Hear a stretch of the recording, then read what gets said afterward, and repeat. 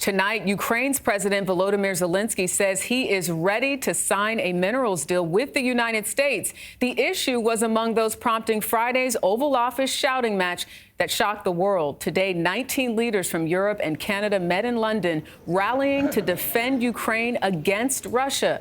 CBS's Ramy Inocencio is there with the very latest. Ramy.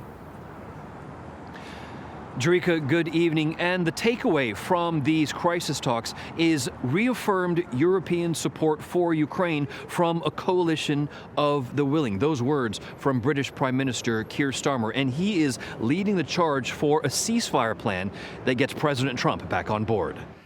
From an American catastrophe, President Trump humiliating President Zelensky at the White House on Friday, to European civility right after. Prime Minister Starmer warmly welcoming him to 10 Downing Street, then questioned about the diplomatic disaster. What's your message to the U.S. President? Starmer sprung into action with shuttle diplomacy phone calls. Just roll up my sleeves, pick up the phone, talk to President Trump, talk to President Zelensky.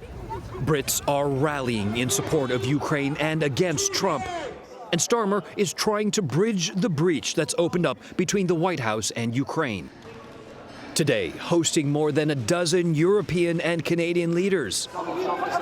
And he hugged the man whose country Russia invaded. Ukraine's President Volodymyr Zelensky just went inside. At stake not just the future security of his country, but the future security of Europe, if the U.S. pulls its traditional support.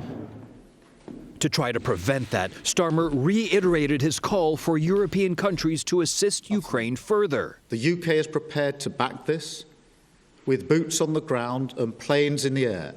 Together with others, Europe must do the heavy lifting.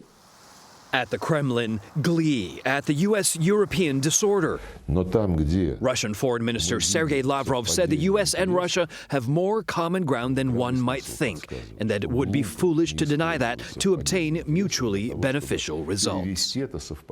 Now we look to Thursday and a moment of truth. A defense package is set to be announced by EU leaders in Brussels. The open questions, Jerika, how much assistance, what kind of ammunition and weapons might be announced, and whether it will all be enough to counter Russia and possibly without the United States.